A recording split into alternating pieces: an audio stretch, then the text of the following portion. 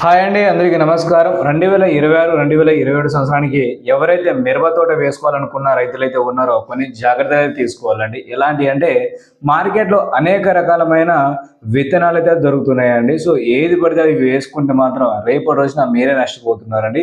ఒక్కసారి మీరు చూసిన విత్తనాన్నైనా చూడండి, లేదంటే ఒక విత్తనం గురించి మీరు 10 చోట్ల ఎంక్వైరీ అయినా చేయండి. సో 10 మంది రైతులు ఓకే బాగుందని మాత్రం చెప్పిన తర్వాత మాత్రమే ఆ విత్తనాలను కొనుగోలు చేయడం అయితే జరగాలి. అలాగే ఈసారి వచ్చేసి కొంచెం అయితే ఎరువుల విషయంలో కూడా రేట్ అనేది పెంచడం అయితే జరిగిందండి ప్రభుత్వము.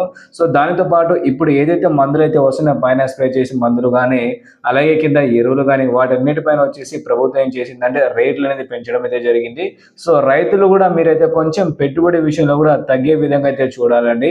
ఎకరానికి వచ్చేసి లక్ష, లక్షన్నర రూపాయలు అయితే పెట్టకండి. కొంచెం తక్కువ విధంగా అయితే చూసుకోండి.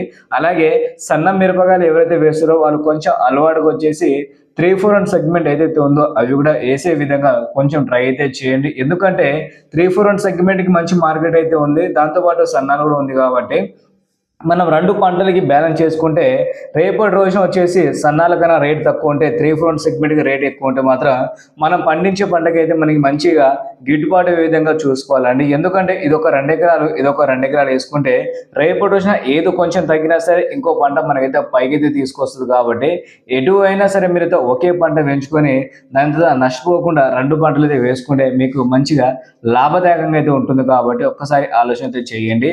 అలాగే పెట్టుబడి విషయంలో కొంచెం తగ్గించండి. అలాగే నాణ్యతమైన విత్తనాలు మాత్రమే కొనుగోలు మాత్రం చేయండి.